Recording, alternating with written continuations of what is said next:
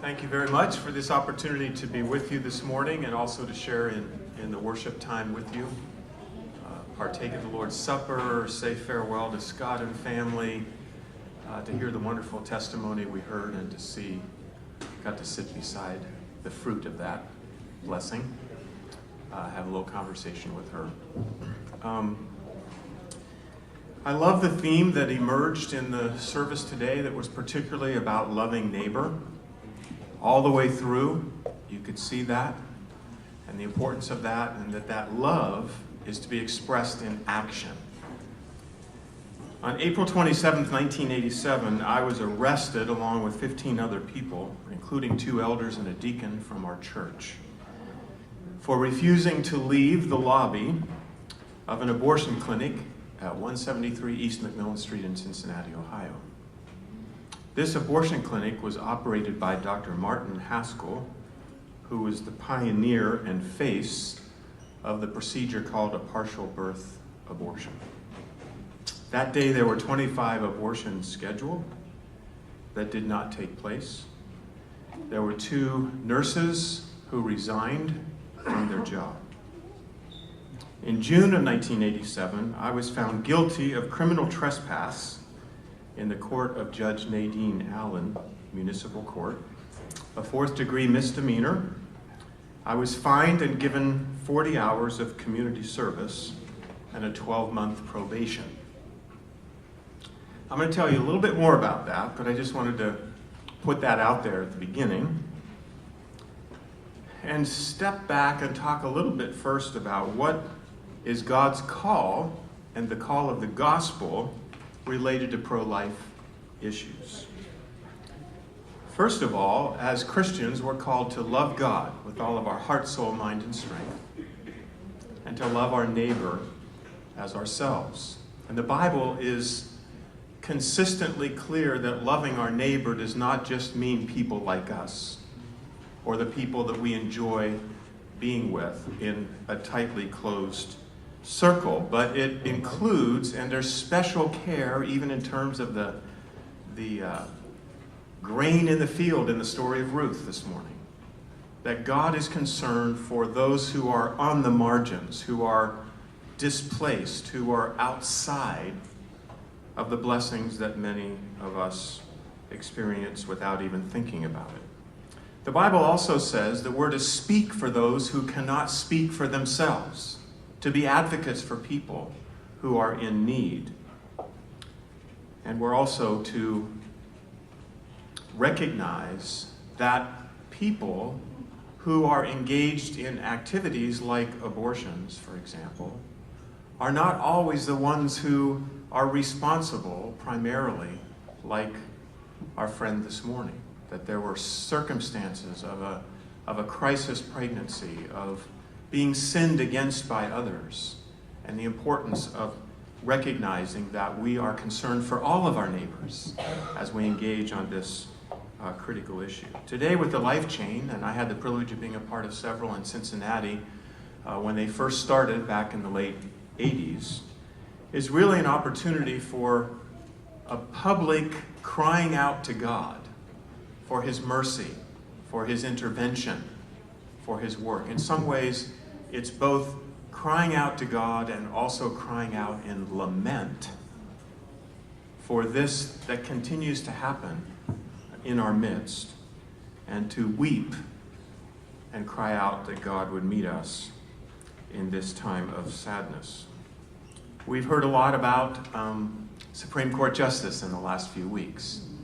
I've been one that's been praying for 35 years that God would bring about change of heart on those who were on the Supreme Court and new people to the Supreme Court that would advocate for justice and care for human life in the womb and others who are in danger outside of the womb.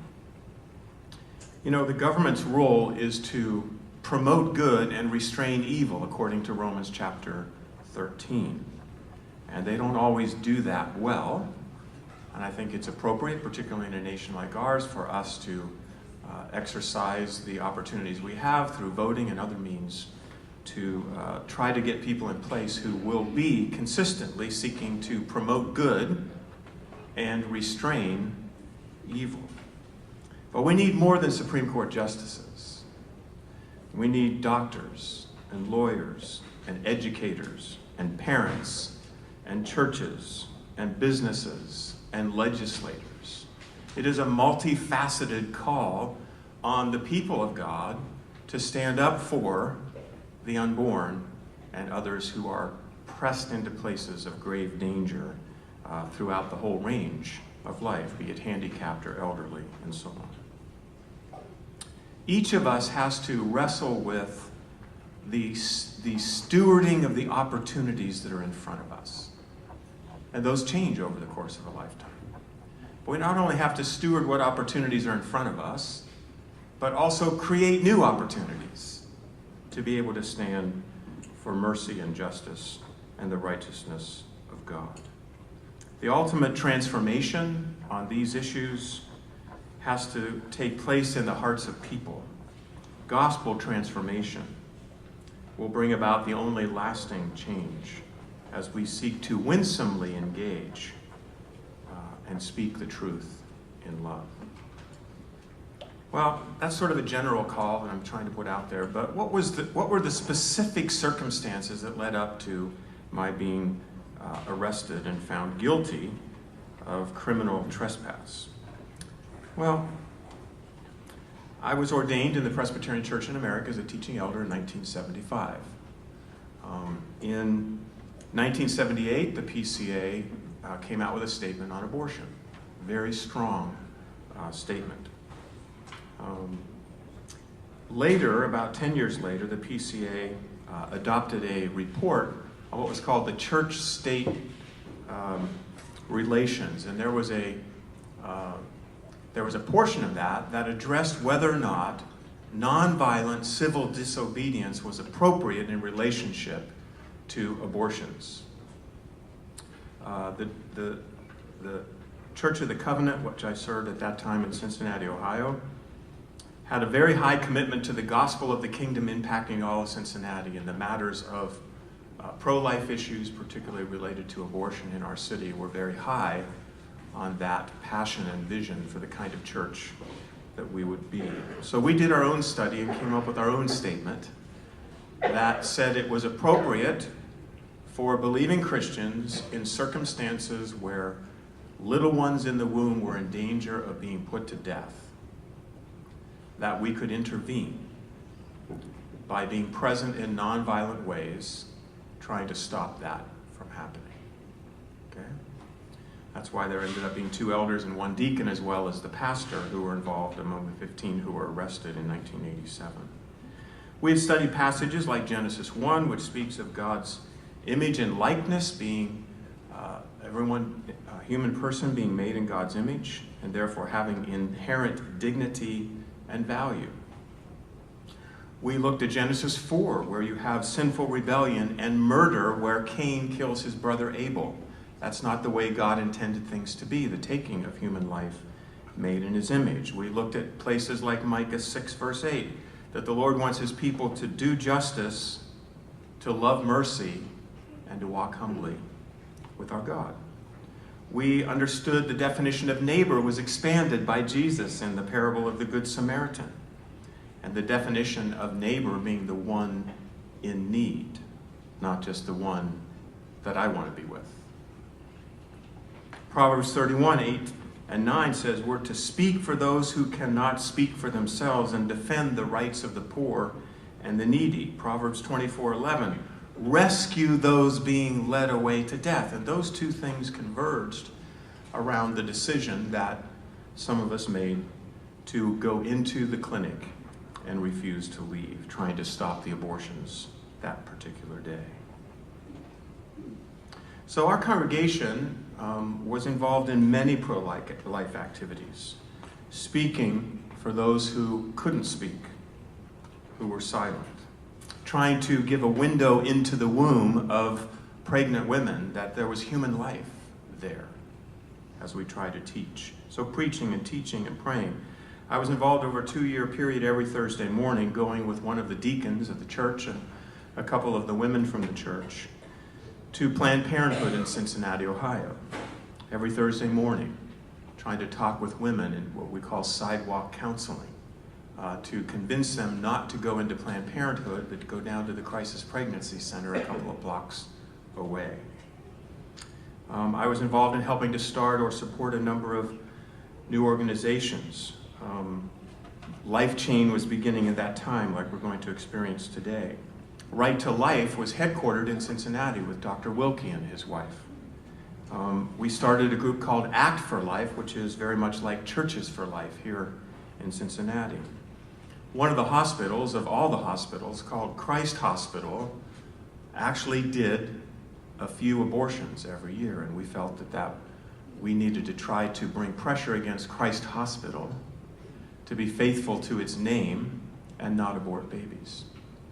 And so we tried to get opportunity to have conversations with people, board of directors and so on, and tell them we thought they should stop that. And they said, no, we don't think we should. And so we took to the streets and we held signs in front of Christ Hospital. And they decided they wanted to meet with us again. And eventually they eliminated allowing, at least at that particular time, any abortions taking place. Crisis Pregnancy Centers, Bethany Christian Adoption Services, and a number of pro-life groups that were growing in Cincinnati at that time, some who were even involved in violent activity, which we were against, which included the bombing of Planned Parenthood. And I later found out that the man who was behind that was actually coming to evening services at our church. I wasn't a member of our church, but at the same time, that was a challenging sort of time to say, where do we draw the line as we seek to do justly and to love mercy and to walk humbly with our God? I was invited at the ripe old age of 33 to be a facilitator of 15 to 20 pro-life groups that came together to discuss how we might be able to work more with each other rather than saying what we're doing is the most important, or trying to understand how we could be supportive of one another, and that didn't mean that we were trying to diminish what we most felt God wanted us to be involved in. And then finally, around this time, a man by the name of Randall Terry started a group, an organization called Operation Rescue.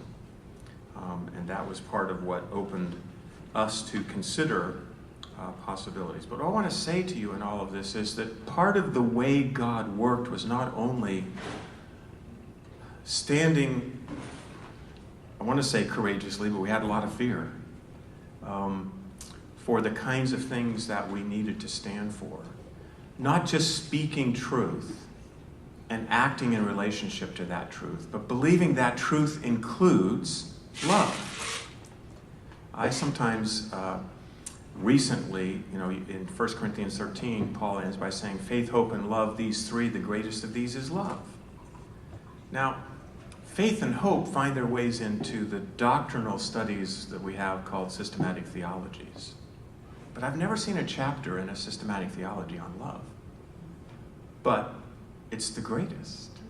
And so anything we do around speaking of truth, anything that has to do with truth, it's always grace and truth. Speak truth in love.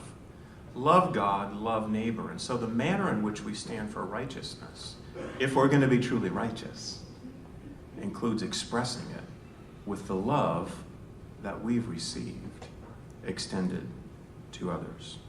Well, the rescue mission. The plan was that we would enter the clinic and sit down in the lobby and try to shut it down for the day. Now, in the law, you can't be accused of fourth-degree misdemeanor unless the owner of the property or an agent acting on behalf of the owner asks you to leave and you refuse to leave. That becomes the definition of criminal trespass. So we entered, we sat in the lobby, we sang, we prayed, we read scripture. There's a sense in which we took worship into the abortion clinic and cried out to God as his representatives there. Time passed, time was of the essence. The more time passed, the less abortions would take place. The owner happened to be the doctor's wife, and she was in Dayton and couldn't be reached. So we had a little more time. So eventually the police came in and asked us to leave. And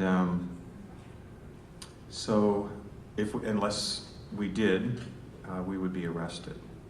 Now, one of the great things about the police in Cincinnati, Ohio, which is a highly German Roman Catholic city, is there were a number of Roman Catholic pro-life policemen who were actually glad we were there, even though they had to arrest us.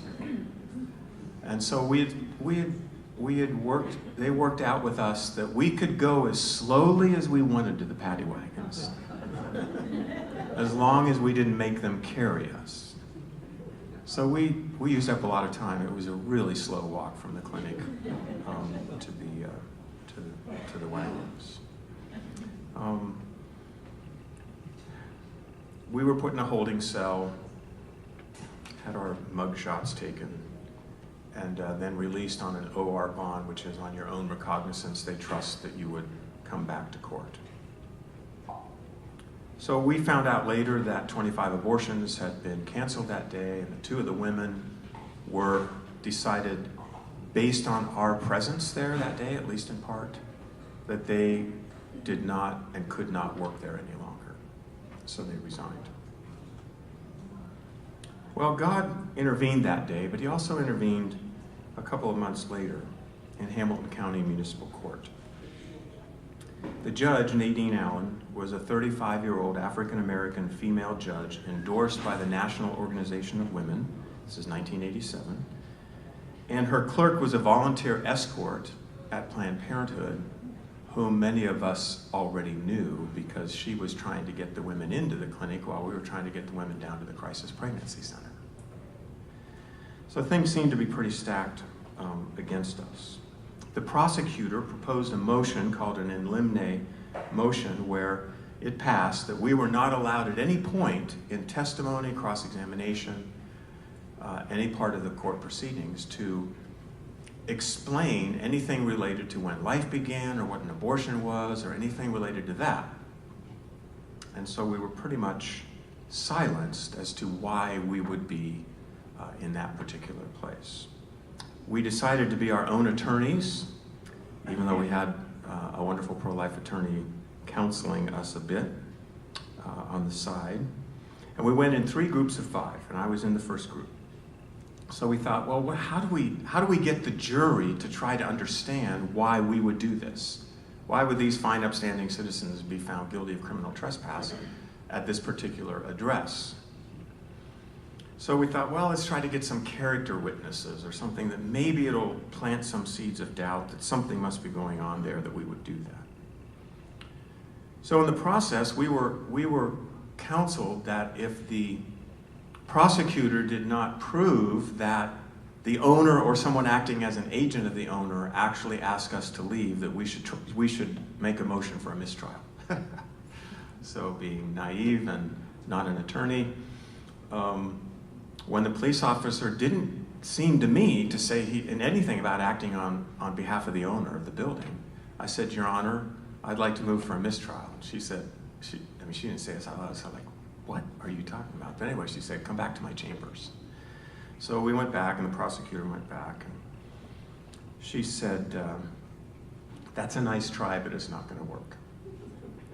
So the prosecutor said, how much longer are we going to have to keep these people, keep the jury for this thing to go on when it's obvious they're guilty, and yada, yada, yada. And Judge Allen said this, that depends on if any of them are going to take the stand on their own behalf to testify to their state of mind at the time they were there. I thought, man, that's a pretty long answer. And then I thought, that's where criminal insanity usually comes in. You know, my state of mind at the time that I committed this crime. So I thought about that and prayed about that, and we're back out in the courtroom. And I said, Your Honor, if I'm going to take the stand on my own behalf, is this the time to do it? She said, yes. So I got up and I said, Your Honor, I don't want to debate again the motion. I might have even said what I think is an unfair motion about, you know, what we could speak to. But what was in my mind on April 27th, 1987, when I refused to leave 187 East McMill Street, whatever it is, was how much I love God and Jesus, his son, as my personal Savior. And how much I love unborn babies. And the prosecutor says, objection. The judge said, he's just speaking to his state of mind at the time he was there. I mean, we didn't care if we were found guilty. We didn't care if we were fined or put in jail or whatever the case may be. What we wanted to do was speak on behalf of unborn children. And that door opened wide. And I took the next 15 to 20 minutes to say everything I wanted to say about why we were there. Well, the prosecutor came up and he said, isn't it true, Mr. Dalbey, that you were asked to leave by the police and you didn't leave? Because when you're on the stand, you have to incriminate yourself. I said, yes, and now everyone here knows why, don't they? Probably shouldn't have said that, but I really wanted to say that. So a few minutes later, a woman in the group, in our group of 5, went up and did the same thing. And the prosecutor got up and he said, isn't it true there are people that love Jesus as much as you and think a woman should have a right to an abortion? And I said, objection. And the judge said, what's the basis of your objection? I said, the prosecutor's own motion says that under cross-examination he can't talk about abortion or when life begins. And the judge said, sustained. And the prosecutor literally threw his papers up in the air in frustration. Well, that's not the end of the story. We were found guilty and fined and given 40 hours of community service. We told Judge Allen we thought we'd already been doing the community a great service. But I got to do my 40 hours in the Cincinnati Free Store downtown, and everybody was wondering what I was doing there. So I had lots of opportunities to talk to lots of people about unborn children, women in crisis pregnancies, and the gospel. Well, that's not the end of the story. 2 years later, there's a John Guest evangelistic crusade in Cincinnati, Ohio. And I attended it and was there, and then one of the nights I was there, sitting on the stage was Judge Nadine Allen. And I thought, isn't this interesting? And she gets up and gives her testimony about coming to Christ a couple years prior to that. So I went up afterwards, I said, you may not remember me. And she says, I remember you. And she proceeded to tell me that she had become a Christian shortly before our trial. And that there was so much pressure in the county courthouse, Hamilton County, Ohio, to silence why we did what we did. And she felt that that was not right, and that she wanted to give us an opportunity to at least say why we did what we did. So the Lord intervenes in our lives. He uses us as his instruments in usually far less dramatic ways than the story I just told you. And just the simple word and a simple act of love and kindness and a willingness to raise our children to understand these issues, to find opportunities in loving, winsome ways to help out at a crisis pregnancy center like Thrive, to do a simple thing today like standing and crying out to God in a public way saying, abortion kills children. Jesus heals and forgives. Jesus cares for the women in a crisis pregnancy. It is something that God chooses to use in his own amazing and wonderful way. A couple of gospel takeaways 30 years later, and then I'll be done. One of the passages that has impacted me in the last few years, perhaps more than any other, is in Luke chapter 8, verses 1 and 2, where it says, Jesus went through all the towns and villages, proclaiming and bringing the good news of the kingdom of God. And he did that, and the disciples watched, and in chapter 9 of Luke, he sends out the disciples 2 by 2, and they come back. And then in chapter 10, he sends out the 72, and that's where it begins to get to our crowd. That he wants us to proclaim and bring the good news of the kingdom of God. When? all the time. Where? Everywhere we go. And with whom? Everybody we come in contact with. So God puts opportunities in our lives all the time. And if we're willing to follow him into those places that we have influence and to pursue places to try to have more influence and proclaim with our mouth and bring with our lives, it's the action that Pastor was talking about today, into those places. We are to be love in action. It's not just behold how they love one another, but look how they love everywhere they go.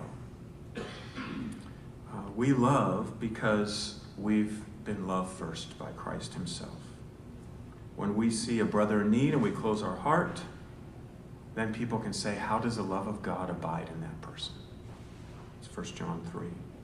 We're to be the embodied love of Christ. We are his hands and his feet. We're to love our neighbors sacrificially. And life matters related to the unborn, the aged, the handicapped, the marginalized, the enslaved. We are to speak and rescue. It's a matter of grace and truth. And don't let the people with a liberal agenda steal the phrase social justice. Make sure that they understand that the matter of rescuing and caring for the unborn is a matter of social justice. Make sure that they understand that human trafficking is a matter of social justice, and that rooted in the Micah 6 biblical understanding of God's righteousness and justice, we need to say there must be justice for the unborn. There must be justice for the handicapped and for lots of people that are part of this life issue. So we're called to gospel wisdom and gospel courage. In the midst of this, trying to decide whether or not to be involved in this and working with our church and others, I came up with this phrase back over 30 years ago now. Sometimes, in the name of courage, we do foolish things. Sometimes, in the name of wisdom, we are paralyzed and afraid. So we give into our fears and call it wisdom, or we give into foolishness and call it courage. And different ones of us struggle on different ends of that. But what God needs from his people is courageous wisdom. Knowing how to enter a situation and understand what's needed, and then lean into it, trusting him to give us strength to overcome our fears, to do the things that he calls. Sinful passivity, which is usually my temptation, masquerading as godly patience, is still sinful passivity. And God has to convict me of that over and over again. I think I'm being a patient man when I'm actually being a fearful man. But there's some on the other side, sinful mistreatment of others in the name of bold love is still sinful mistreatment of others. And that's a temptation for people as well. They walk all over people and call it bold love, when it's actually mistreating people and not loving those made in the image of God well, often fellow Christians. And in the midst of all of this, we have to be reminded that these things are heavy. They weigh us down. And Jesus invites us, in the midst of whatever kind of strife and battle and difficulty we're facing on these issues and beyond, to come to him when we're weary and heavy laden. And he will give us rest, even in the storm, even in the difficulties, even when being taken off to jail, to know that our rest and our hope and our confidence is remaining yoked to him. So as we participate in a important, small step today, let's do this in love for God, in love for unborn children, in love for other marginalized people, and in love for our brothers and sisters who see differently than us, that they might come to know the truth that will set them free.